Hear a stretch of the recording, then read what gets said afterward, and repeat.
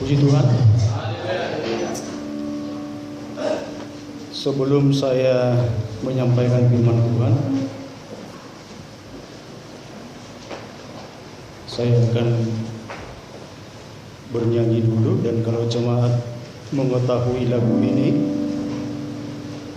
bisa nanti mengikutinya.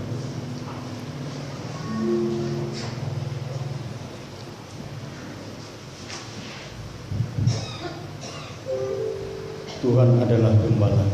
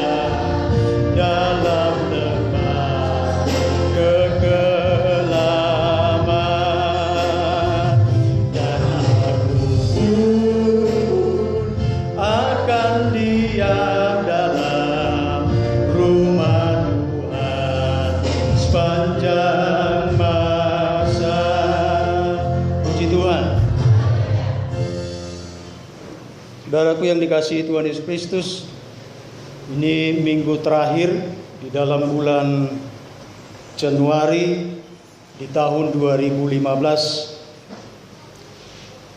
Firman Tuhan yang akan saya ambil pada saat pagi hari ini dalam ibadah Minggu 25 Januari 2015, yaitu terambil dari kitab Mazmur pasal yang ke-23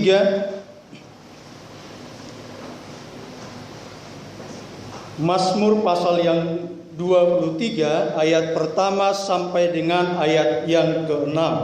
Kalau sudah ketemu katakan haleluya, dan semua kita bangkit berdiri.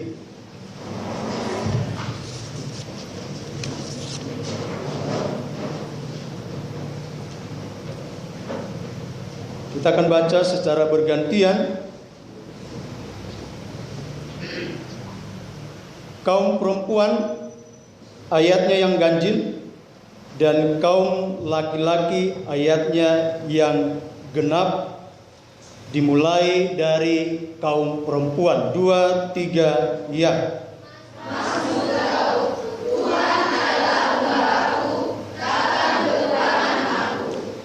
Ia membaringkan aku di padang yang berumput hijau.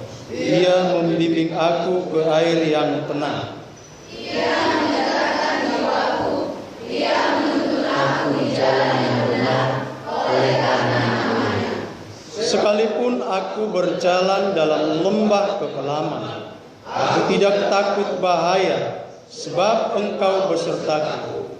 Gadamu dan tongkatmu itulah yang menghibur aku. Kau menyediakan jalan bagiku di hadapan lawanku. Engkau meluluhkan kepalaku dengan minyak, pialaku penuh berlimpah. Kebajikan dan kemurahan belaka akan mengikuti aku seumur hidupku, dan aku akan diam dalam Tuhan sepanjang masa. Silakan duduk, saudaraku yang dikasihi Tuhan Yesus Kristus. Yang berbahagia adalah mereka yang mendengarkan, merenungkan, bahkan juga yang melakukan firman Tuhan. Saudaraku yang dikasihi Tuhan Yesus Kristus, sebagaimana kita ketahui bersama bahwa Daud adalah seorang penggembala. Itu sebabnya saudaraku yang dikasihi Tuhan Yesus Kristus, ketika Samuel datang kepada keluarga Daud untuk menanyakan apakah masih ada anak-anak daripada ataupun saudara-saudara daripada Daud, ketika Samuel ingin memilih ataupun menetapkan seorang raja bagi bangsa Israel. Saudaraku yang dikasihi Tuhan Yesus Kristus, di sana orang tua daripada Daud berkata kepada Samuel bahwa masih tinggal yang bungsu yang sedang menggembalakan kambing domba, dan itu dapat kita lihat dalam 1 Samuel pasal 16 ayat yang ke-11. Bahkan juga saudaraku yang dikasihi Tuhan Yesus Kristus, ketika Daud datang kepada Raja Saul, ya, pada waktu itu saudaraku yang dikasihi Tuhan Yesus Kristus, Goliat sedang gencar-gencarnya memerangi bangsa Israel. Daud datang kepada Saul untuk menghadap, ataupun saudaraku yang dikasihi Tuhan Yesus Kristus, bahwa Daud bisa mengalahkan Goliat yang besar itu. Sehingga saudaraku yang dikasihi Tuhan Yesus Kristus, dia mengatakan kepada Raja Saul pada waktu itu, ya, singa, binatang-binatang buas, bahkan juga serigala, saya bisa mengalahkannya.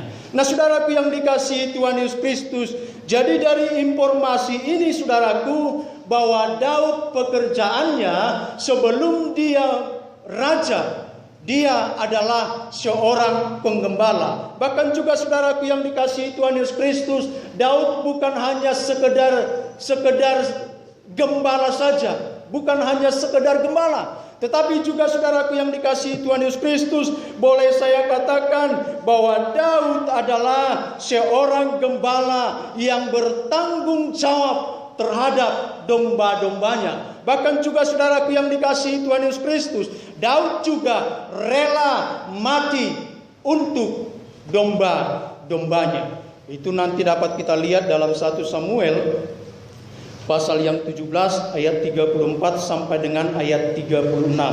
Coba roh tua membaca dulu 1 Samuel 17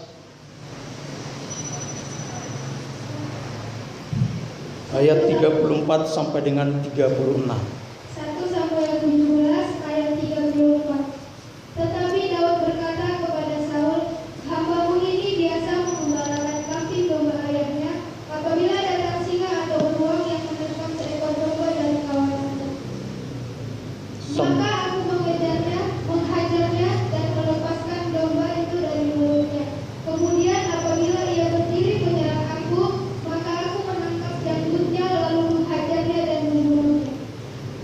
Nah, jadi saudaraku yang dikasihi Tuhan Yesus Kristus, firman Tuhan ini menginformasikan bahwa Daud adalah seorang gembala yang rela mati bagi domba-dombanya. Bahkan sampai-sampai tadi dikatakan, ketika domba itu sudah ada di mulut singa, sudah ada di mulut sang binatang-binatang buas, maka Daud berani membela daripada domba tersebut.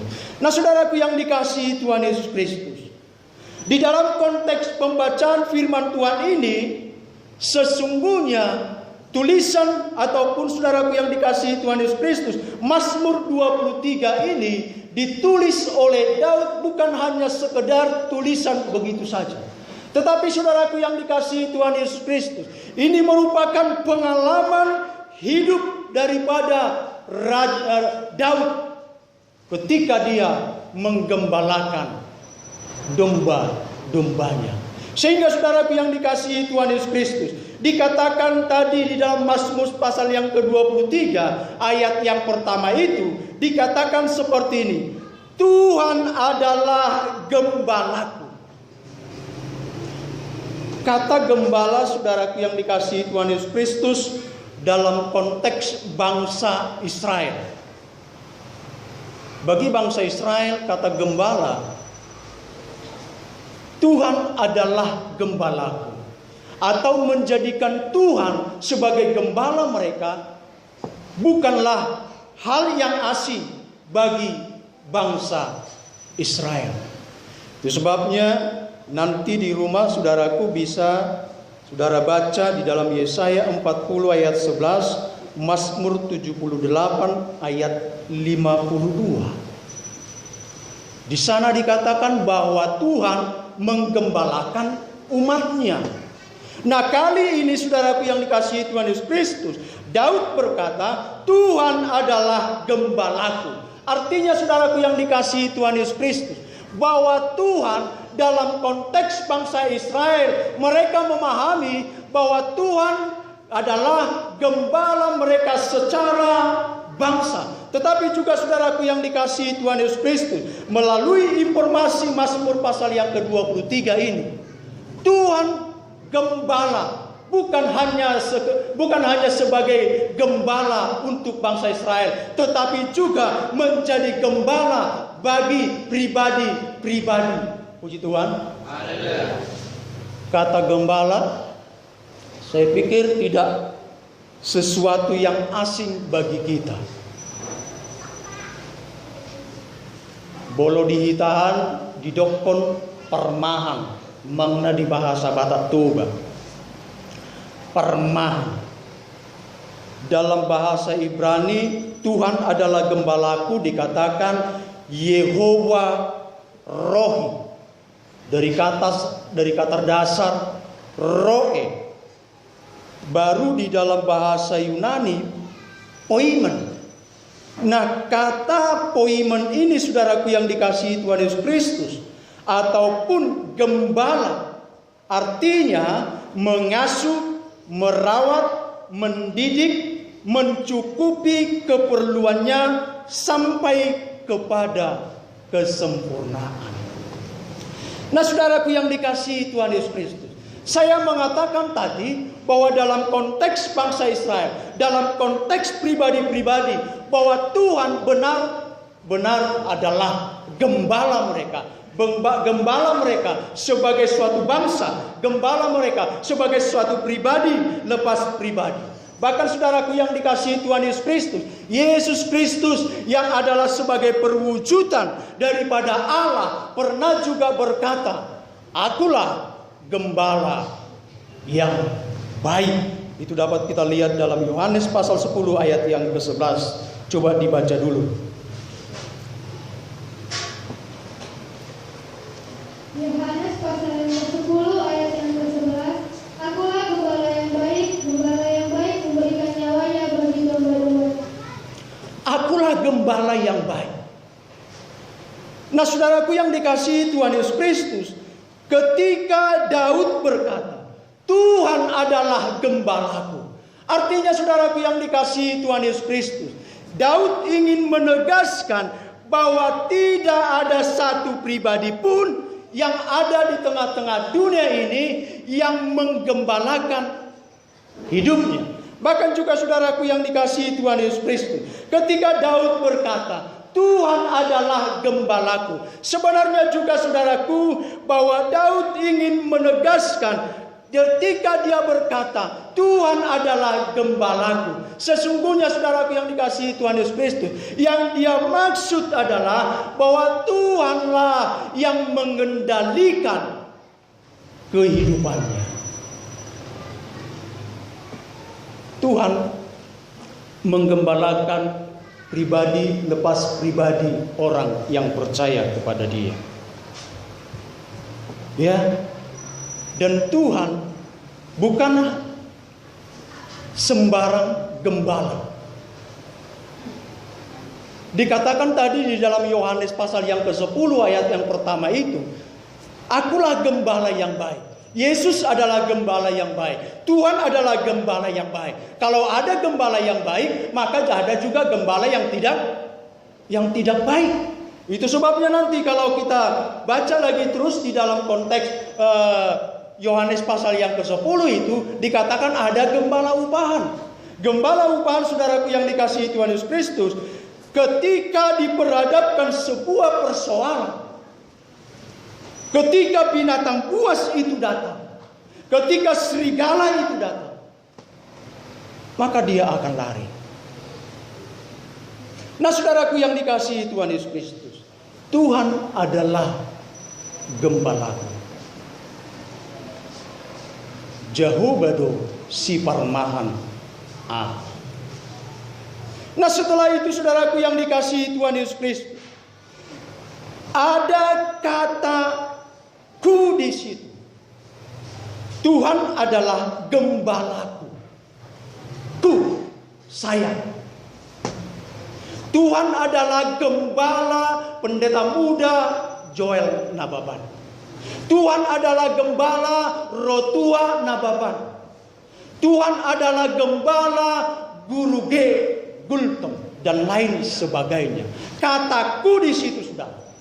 Jadi ketika Daud berkata, Tuhan adalah gembalaku, Daud memposisikan dirinya sebagai seorang domba. Ketika saya berkata, Tuhan adalah gembalaku, maka saya saudaraku yang dikasihi Tuhan Yesus Kristus sedang memposisikan diriku bahwa saya adalah domba dan Tuhan adalah gembala. Dan kalau saya menjadi domba saudaraku yang dikasihi Tuhan Yesus Kristus, maka seharusnya lah saya mendengarkan apa yang disampaikan oleh gembala itu. Nah saudaraku yang dikasihi Tuhan Yesus Kristus, pertanyaannya kemudian, domba seperti apa kita ini? Ada tadi gembala yang baik, ada gembala yang tidak baik, yang tidak bertanggung jawab. Kalau ada gembala yang baik, kalau ada gembala yang tidak baik, maka domba pun seperti itu. Ada domba yang baik, ada juga domba yang tidak baik. Seperti apa domba yang baik itu? Ayat yang pertama tadi dikatakan seperti ini. Ia membimbing aku. Ayat yang kedua, ayat yang ketiga, ia menuntun aku. Dengan kata lain saudaraku yang dikasihi Tuhan Yesus Kristus, domba yang baik harus mau dibimbing oleh gembala. Ya. Domba yang baik harus mau dituntun oleh gembala. Bahkan juga saudaraku yang dikasihi Tuhan Yesus Kristus membuktikan bahwa kita adalah domba yang baik, maka dikatakan tadi di situ saudaraku, kebajikan, kemurahan akan mengikuti aku sepanjang masa. Puji Tuhan. Ada nilai-nilai kebaikan di situ. Ada nilai-nilai kemurahan di situ. Itu sebabnya saudaraku yang dikasihi Tuhan Yesus Kristus, ya kalau kita katakan kita adalah domba yang baik, kalau kita katakan adalah kita Kristen yang sudah berbuah, tetapi Kita pelitnya minta ampun, pelitnya luar biasa. Itu menjadi satu pertanyaan besar bagi kehidupan kita. Apakah kita benar-benar menjadi domba yang baik? Karena firman Tuhan katakan, saudaraku, kebajikan, kemurahan akan mengikuti domba itu sepanjang masa. Bukan 3 tahun, bukan 4 tahun. Hari ini saya berbaik hati, hari ini saya bermurah hati, tetapi tahun depan tidak lagi. Tidak. Sepanjang masa tidak terkira, saudaraku yang dikasihi Tuhan Yesus. Nah, selanjutnya saudaraku yang dikasihi Tuhan Yesus Kristus, ada domba yang baik, ada domba yang tidak baik. Domba yang tidak baik tentunya domba yang tidak mau mendengarkan apa yang dikatakan oleh gembalanya. Tidak mau dibimbing oleh gembalanya, tidak mau dituntun oleh gembalanya. Kita mengatakan Tuhan adalah gembalaku. Tetapi saudaraku yang dikasihi Tuhan Yesus Kristus, kita tidak mau dituntun oleh Tuhan. Kita tidak mau dibimbing oleh Tuhan. Bahkan saudaraku yang dikasihi Tuhan Yesus Kristus, gembala berkata seperti ini, marilah kepadaku semua yang letih, lesu, dan berbeban berat. Kalau dia adalah domba yang baik, maka dia akan datang kepada pribadi yang berkata seperti itu. Kalau Tuhan katakan, marilah kepadaku semua yang letih, lesu, dan berbeban yang berat. Marilah semua domba-domba yang letih, lesu, dan yang berbeban berat. Gembala sedang mengatakan seperti itu. Tetapi saudaraku yang dikasihi Tuhan Yesus Kristus, banyak sekali saudaraku yang dikasihi Tuhan Yesus Kristus yang mengaku, yang mengatakan bahwa dia adalah domba. Tetapi saudaraku yang dikasihi Tuhan Yesus Kristus, dia tidak datang kepada gembala itu. Hari Minggu dia tidak datang beribadah. Ada jadwal-jadwal peribadatan dia tidak datang. Padahal di rumahnya, saudara. Ya, kalau oleh karena kesibukan mungkin masih dimaklumi. Tetapi ini di rumah, saudara. Ya, ada jadwal-jadwal yang sudah dibuat tetapi tidak datang. Bahkan saudaraku yang dikasihi Tuhan Yesus Kristus, lebih enak pergi ke diskotik katanya. Diskotik. Pokoknya kalau sudah di diskotik, semua beban yang ada di dalam diri saya hilang. Karena apa? Karena di sana kan bisa ngedribbling. Tidak tahu lagi saudaraku yang dikasihi Tuhan Yesus Kristus, apakah orang yang di sampingnya itu adalah orang yang jahat.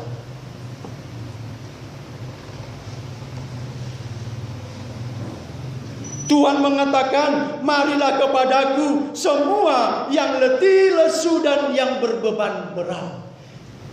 Ini ajakan daripada gembala. Ini ajakan daripada gembala yang baik itu. Tetapi kita datang kepada siapa?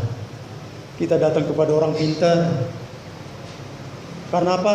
Karena ketika kita datang kepada orang pintar, jawabannya langsung. Tidak berbelit-belit. Tidak sampai doa puasa, tidak ditunggu berhari-hari, berbulan-bulan, bahkan bertahun-tahun. Sakit penyakit saya sudah bertahun-tahun, sudah didoakan di gereja, diundang saya di depan. Bahkan saya sudah pergi ke gereja lain. Bertahun-tahun didoakan, saya doa dan puasa, tetapi sakit penyakit saya tidak sembuh. Jangankan sembuh, makin parah.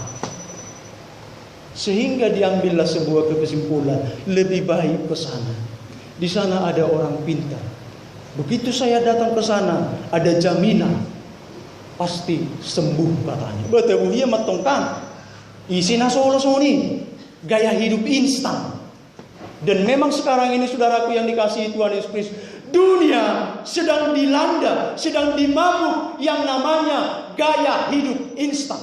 Dan ini juga sudah masuk dalam gereja. Ini sudah masuk dalam gereja, saudara. Anak-anak kami ingin mempunyai nilai yang bagus dengan cara instan. Ya, dia tidak belajar.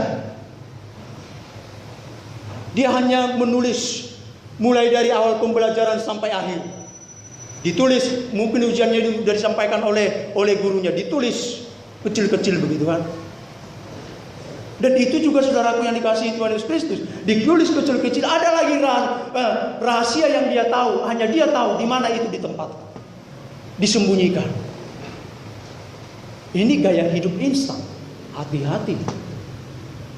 Ya. Orang yang ingin meraih sebuah kesuksesan juga, sebuah jabatan juga bisa melalui gaya hidup instan ini. Nah, saudaraku yang dikasihi Tuhan Yesus Kristus, ada domba yang baik, ada domba yang tidak baik. Tetapi ketika saya berkata, Tuhan adalah gembalaku, saya adalah menjadi domba. Pertanyaannya kemudian, apakah kita adalah domba-domba yang baik? Hanya Bapak Ibu Saudara sendiri yang baik. Nah, saudaraku yang dikasihi Tuhan Yesus Kristus, selanjutnya Daud berkata seperti ini. Ayat yang keempat. Sekalipun aku berjalan dalam lembah kekelaman, aku tidak takut bahaya. Sekalipun aku berjalan dalam lembah kekelaman. Kalau tadi nyaman Bapak Ibu, ya.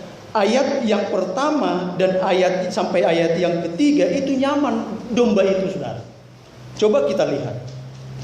Tuhan adalah gembalaku, takkan kekurangan aku. Kata bunyinya tidak kekurangan katanya. Ini enak, saudara. Tidak kekurangan. Terus dikatakan seperti ini. Ia membaringkan aku di padang yang berumput hijau. Enak kan, saudara? Rumput hijau. Artinya domba itu tidak akan kelaparan. Terus saudaraku yang dikasihi Tuhan Yesus Kristus, ia membimbing aku ke air yang tenang. Dibimbing ke air yang tenang. Artinya saudaraku yang dikasihi Tuhan Yesus Kristus, domba itu tidak kelaparan dan domba itu juga tidak kehausan.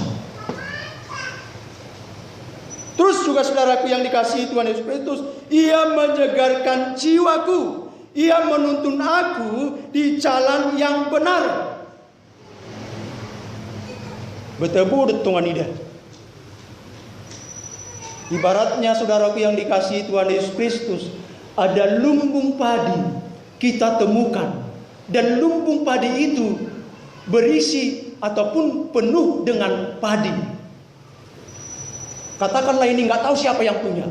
Katakanlah ini nggak ada yang punya, tetapi kita menemukannya. Kan kita senang, bahagia kita.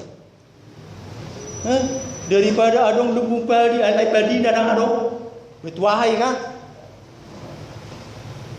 Ada sungai tetapi air tidak ada. Ini firman Tuhan katakan, ia membaringkan aku di padang yang berumput hijau. Ayat yang kedua, ayat yang pertama sampai dengan ayat yang ketiga ini, saya katakan saudaraku yang dikasihi Tuhan Yesus Kristus, ini yang disebut dengan zona aman, zona enak. Tetapi saudaraku yang dikasihi Tuhan Yesus Kristus, kalau kita tadi melihat di dalam ayatnya yang keempat itu, sekalipun aku berjalan dalam lembah kekelaman, lembah kekelaman. Sesungguhnya saudaraku yang dikasihi Tuhan Yesus Kristus, ayat ini ingin menginformasikan bahwa domba itu tidak selalu hidup di dalam keberhasilan. Domba itu tidak selalu hidup berkecukupan ataupun berkat-berkat Tuhan ada di dalam kehidupannya. Tetapi sekarang maut sedang mengintai domba. Persoalan-persoalan hidup sedang mengintai domba. Dan persoalan yang diperhadapkan kepada domba-domba ini, saudaraku yang dikasihi Tuhan Yesus Kristus, bukanlah persoalan-persoalan biasa. Dikatakan di situ, berjalan dalam lembah kekelaman. Bahkan di dalam terjemahan lain, saudaraku yang dikasihi Tuhan Yesus Kristus, dalam lembah bayang-bayang maut. Artinya, saudaraku yang dikasihi Tuhan Yesus Kristus, maka domba itu ketika dia keluar dari kandangnya, sesungguhnya nyawanya sudah terancam. Maut sudah mengintai nyawanya. Dan ini seringkali, saudaraku yang dikasihi Tuhan Yesus Kristus, banyak dihindari oleh anak-anak Tuhan. Banyak dihindari oleh yang berkata, aku adalah domba. Kalau Tuhan membaringkan aku di padang yang berumput hijau, Tuhan membimbing aku ke air yang tenang, saya mau bagian itu. Tetapi bagian yang satu ini saya tidak mau. Ini terlalu sakit sekali. Siapa yang mau hidup di dalam penderitaan? Nah, saudaraku yang dikasihi Tuhan Yesus Kristus, ketika kita diperhadapkan kepada hal seperti ini, kita langsung menyerah. Kita langsung angkat tangan. Anggo bagian nasa sadai, bagian ni mana di? Bagian ni amang situa ini. Au jemaat biasa do. Dan bagi aku ado, ia membaringkan aku di padang yang berumput hijau. Bagi aku ado, ia menyegarkan jiwaku. Ini yang menjadi bagianku. Kalau kesakitan, kalau maut mengintai hidup saya, nehi. Tunggu dulu. Banyak kekristenan seperti itu, saudaraku yang dikasihi Tuhan Yesus Kristus. Lembah kegelapan. Bahkan, saudaraku yang dikasihi Tuhan Yesus Kristus, kalau kita melihat di dalam ayatnya yang kelima, engkau menyediakan hidangan bagiku di hadapan lawanku. Ada musuh yang sedang mengintai daripada domba ini. Siapa musuhnya? Itulah serigala, itulah binatang-binatang buas. Apalagi dalam konteks bangsa Israel, saudaraku, yang namanya serigala, yang namanya binatang buas, itu sangat banyak sekali. Sangat jauh berbeda dengan konteks kita yang ada di Indonesia itu. Ya, kalau binatang buas mungkin yang ada di Indonesia ini yang banyak kita temukan di mana? Paling-paling di kebun binatang. Mungkin yang paling buas kita temukan adalah si Blackie sama si Moby. Ya, sehingga penggembala domba yang ada di Indonesia ini aman-aman saja.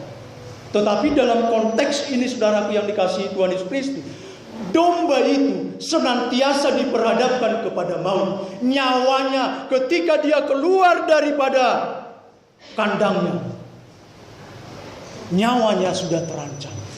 Nah, saudaraku yang dikasihi Tuhan Yesus Kristus, tetapi luar biasanya, saudara, di dalam ayatnya yang keempat tadi, sekalipun aku berjalan dalam lembah kekelaman, aku tidak takut bahaya. Saya mau katakan seperti ini, saudara. Kekristenan akan diperhadapkan kepada yang namanya musuh. Musuh kita orang Kristen ini sangat banyak. Ya, sangat banyak, saudara. Terlalu banyak musuh kita. Nah, saudaraku yang dikasihi Tuhan Yesus Kristus, ini hal yang tidak dapat dipungkiri. Ya, kalau kita melihat sekarang ini, perhatian kita ke daerah Poso. Poso sekarang ini, saudaraku yang dikasihi Tuhan Yesus Kristus, di sana sedang terjadi kekacauan. Ya, para penduduk diungsikan karena apa? Karena ada yang diidentifikasi sebagai teroris. Ini ancaman, saudaraku yang dikasihi Tuhan Yesus Kristus. Dan tahun 99, saudaraku yang dikasihi Tuhan Yesus Kristus, ketika saya sebagai seorang mahasiswa di STT Dulos, ya, peristiwa yang namanya kekerasan oleh karena kita pengikut Kristus, itu juga pernah kami alami. Bayangkan tempat di mana kami belajar. Ya, pada waktu itu posisi saya sedang belajar bersama dengan teman. Tiba-tiba saudaraku yang dikasihi Tuhan Yesus Kristus, Allahu Akbar katanya. Kampus kami diserang, dibakar massa. Bahkan ada yang meninggal dunia. Ini tantangan saudaraku yang dikasihi Tuhan Yesus Kristus. Jadi sesungguhnya saudaraku yang dikasihi Tuhan Yesus Kristus, dalam konteks kebenaran firman Tuhan ini, ya, domba itu tidak hanya hidupnya segar, tenang, dibimbing oleh Tuhan. Tetapi saudaraku yang dikasihi Tuhan Yesus Kristus, kita juga diperhadapkan sebuah tantangan. Kalau kita di sini kan masih enak-enak saudara, ya. Di Pulau Jawa sana jangan coba-coba sound system bisa keras seperti ini. Jangan coba-coba saudara, bisa dilempari, ya. Kita memuji Tuhan ada lemparan dari bawah. Bahkan kami juga sudah pernah, ya, saudaraku yang dikasihi Tuhan Yesus Kristus, oleh karena situasi, gembala terpaksa mengungsikan anak-anaknya. Yang tinggal di situ gembala, ibu gembala, dan kami ada beberapa pengerja. Karena apa? Karena memang sudah ada isu bahwa ada penyerangan ke pastori. Ini tantangan saudaraku yang dikasihi Tuhan Yesus Kristus. Ya. Selanjutnya saudaraku yang dikasihi Tuhan Yesus Kristus, Daud mengatakan, sekalipun aku berjalan dalam lembah kekelaman, aku tidak takut bahaya. Ai si donaik si Daudo. Daud berkata, sekalipun aku dalam lembah kekelaman, lembah maut, lembah yang dibayang-bayangi oleh maut, sekalipun nyawa saya terancam, aku tidak takut bahaya. Siapa ini Daud sebenarnya sampai ia mampu berkata seperti itu? Ya, luar biasa saudara. Atau saudaraku yang dikasihi Tuhan Yesus Kristus, apakah Daud di sini sedang menghayal? Apakah Daud di sini saudaraku yang dikasihi Tuhan Yesus Kristus sedang mengolah kata-katanya supaya enak didengarkan oleh orang? Sedang mempermainkan lidahnya ini saudaraku sehingga kata-katanya itu enak didengar orang? Nah saudaraku yang dikasihi Tuhan Yesus Kristus, aku tidak takut bahaya. Itu yang dikatakan oleh Daud. Dan Daud di sini saudaraku yang dikasihi Tuhan Yesus Kristus tidak dalam sedang posisi bahwa dia sedang mempermainkan kata-kata supaya orang lain lihat bagus. Umat saya mantap dopoang kata-kata niamate. Atau saudaraku yang dikasihi Tuhan Yesus Kristus, Daud tidak sedang berkata bahwa antara hati dan mulutnya berbeda, ya kan? Sekalipun saudaraku antara hati kita ini dengan mulut kita ini tidak lebih dari 2 jengkal, tetapi seringkali berbeda kan? Hatta hati kita berkata seperti ini, tetapi di mulut kita berbeda. Benar do sebenarnya aneh dokon ini terdakwai, tetapi mulutnya berbeda. Kita pun seringkali seperti itu saudara yang dikasihi Tuhan Yesus. Itu sebabnya suami-suami kalau istrimu sedang memuji engkau, ya, pujian itu ada benarnya ada tidak. Atau sebaliknya, istri-istri kalau suamimu sedang memuji engkau, pujian itu ada benarnya atau tidak? Atau apakah hanya sekedar live service saja? Hanya di mulut saja? Atau ada udang di balik batu? Ala nung tipis dotong katung niamatay kan? Babi di matong rayuan Pulau Kalapa. Dengan berbagai hal. Padahal sebenarnya di kantung di dompet ni istri ni pingat tipis. Alaya lanong masuk do rayuan pulau Kelabai dan Polabe. Tip habis petahol di gepeton. Yang penting suami. Nah saudaraku yang dikasihi Tuhan Yesus Kristus, lembah kekelaman. Mengapa Daud berkata, aku tidak takut bahaya? Karena Daud adalah seorang penggembala. Dia bela mati-matian tadi dombanya. Kalau ada serigala, ibaratnya seperti ini, orang yang sedang pacaran ini, pacarnya perempuan itu mau disakiti oleh orang lain. Ya, kalau dia pacar yang bertanggung jawab, langkai dulu mayatku nih. Alay unak sapi buru-buru tong madoko sonika tu bawa kan. Adong mengganggu lagi misalnya merdalan buru-buru madoko langkai dulu mayatku. Unak sapi tongan, baile hitam ke bawah kan. Nah saudaraku yang dikasihi Tuhan Yesus Kristus, Daud menyadari hal itu, saudaraku yang dikasihi Tuhan Yesus Kristus. Dia tahu bahwa bahaya itu tidak seberapa dibandingkan dengan penyertaan Sang Gembala yang baik itu, puji Tuhan. Bahkan saudaraku yang dikasihi Tuhan Yesus Kristus, dikatakan tadi, domba yang sudah masuk di dalam cengkraman binatang buas itu, dia tetap juga ambil. Dia tidak katakan seperti ini, sudah ada di mulutnya, ngadong di pamangan domba binatang buas sih. Domba di sini di pangan ya lewat sada do. Mulu dibuat anu nga alawi mana ngama pinaleno. Udah saudara. Dia enggak dikatakan seperti itu. Tetapi dia katakan dia berlari dan mengejar. Sesudah dikejar saudaraku yang dikasihi Tuhan Yesus Kristus, dia ambil domba itu dari cengkraman singa itu. Dia ambil domba itu dari cengkraman mulut domba itu. Dari mulut binatang buas itu. Ini menggambarkan bagaimana kuasa Allah bekerja di dalam setiap hidup anak-anak Tuhan. Puji Tuhan.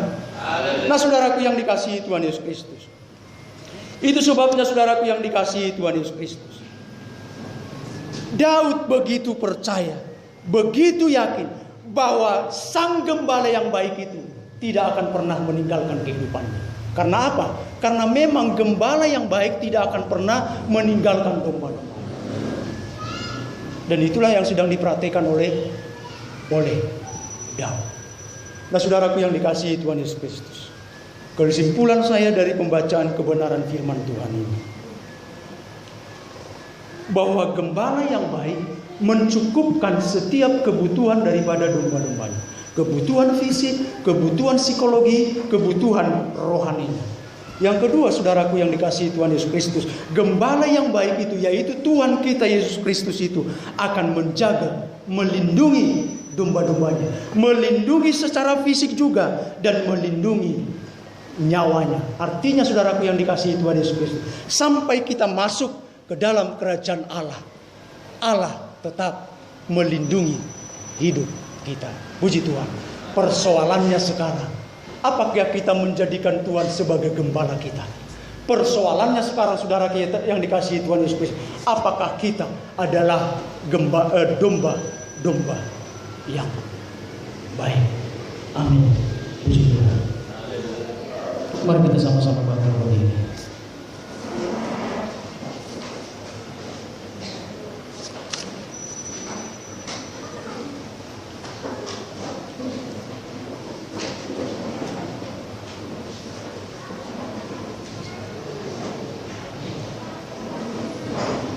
Renungkan firman Tuhan ini, saudara.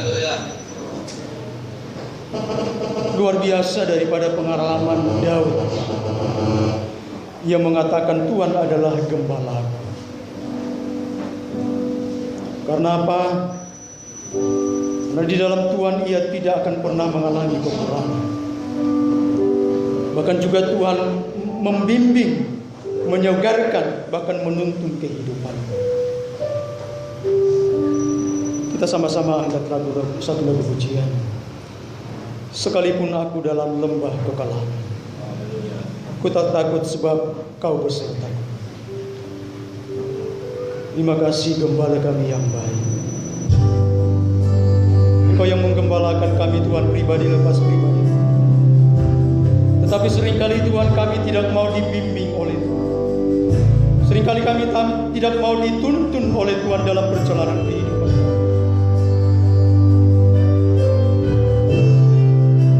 Haleluya. Sekalipun aku berjalan dalam lembah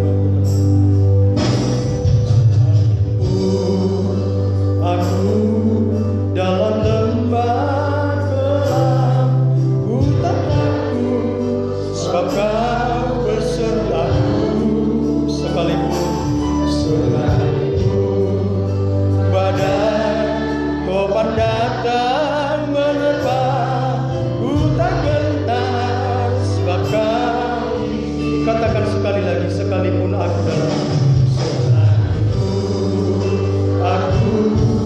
dalam lembah gelap, ku tak takut, sebab kau besertaku. Selalu badai topan datang menerpa, ku tak gentar, sebab kau di sisi. Aku percaya.